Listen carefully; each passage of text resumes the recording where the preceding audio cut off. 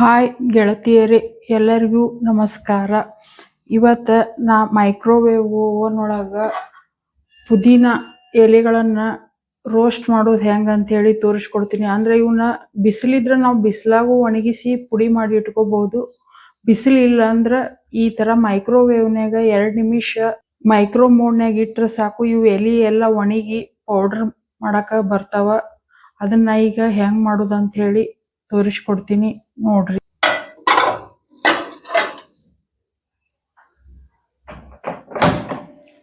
ಇದು ಈಗ ಮೈಕ್ರೋ ಮೋಡ್ನಾಗ ಐತೆ. ಈಗ ಸ್ಟಾರ್ಟ್ ಮಾಡಿ 2 ನಿಮಿಷ ಸೆಟ್ ಮಾಡಿ ಇಡ್ತೀನಿ. ಈಗ 2 ನಿಮಿಷ ಸ್ಟಾರ್ಟ್ ಆಯ್ತು.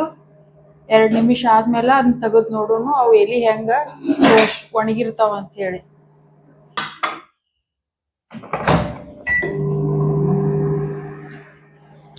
ಈಗ ಅವು ಮೈಕ್ರೋವೇವ್ನಾಗ ರೋಸ್ಟ್ ಆಗಕತ್ತವ. 2 ನಿಮಿಷ ಆದಿಂದ ಇದು ಆಫ್ ಆದಿಂದ ತೆಗೆದು ನೋಡೋಣ ಹೆಂಗೆ ರೋಸ್ಟ್ ಆಗ್ಯಾವ ಅಂತ ಹೇಳಿ.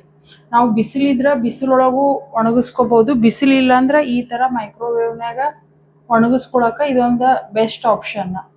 ಇದು ಪೌಡರ್ ನಮಗೆ ಎದಕ್ಕಾರ ಹೊಟ್ಟೆ ಅಜೀರ್ಣ ಆದಾಗ ಬಿಸಿನೀರೊಳಗೆ ಹಾಕೊಂಡು ಕುಡಿಬೋದು, ಸ್ವಲ್ಪ ಉಗುರು ಬೆಚ್ಚಗ ನೀರೊಳಗೆ. ಈಗ ಇದು ಅಲಾರಾಮ್ ಆಯ್ತು, ಓಪನ್ ಮಾಡಿ ನೋಡೋಣ.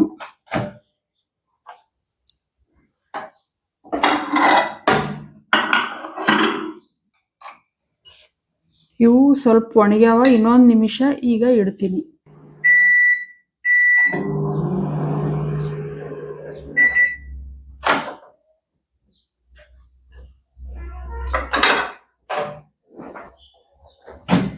ಈಗ ಇವು ನೋಡ್ರಿ ಯಾವ ಥರ ಎಲೆ ಒಣಗ್ಯಾವ ಅಂತೇಳಿ.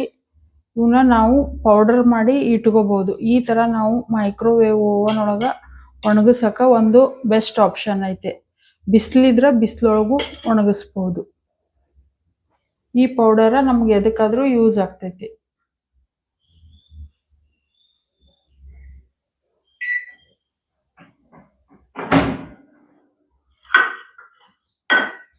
ನೋಡಿದ್ರಲ್ಲ ಫ್ರೆಂಡ್ಸ್ ಹೆಂಗೆ ರೋಸ್ಟ್ ಆಗ್ಯಾವ ಅಂತ ಹೇಳಿ. ಈ ಥರ ನಾವು ಮೈಕ್ರೋವೇವ್ ಒಳಗೆ 3 ನಿಮಿಷ ಒಳಗೆ ಇವು ಪುದೀನ ಹಸಿ ಎಲೆ ಒಣಗಿಸ್ಕೋಬಹುದು.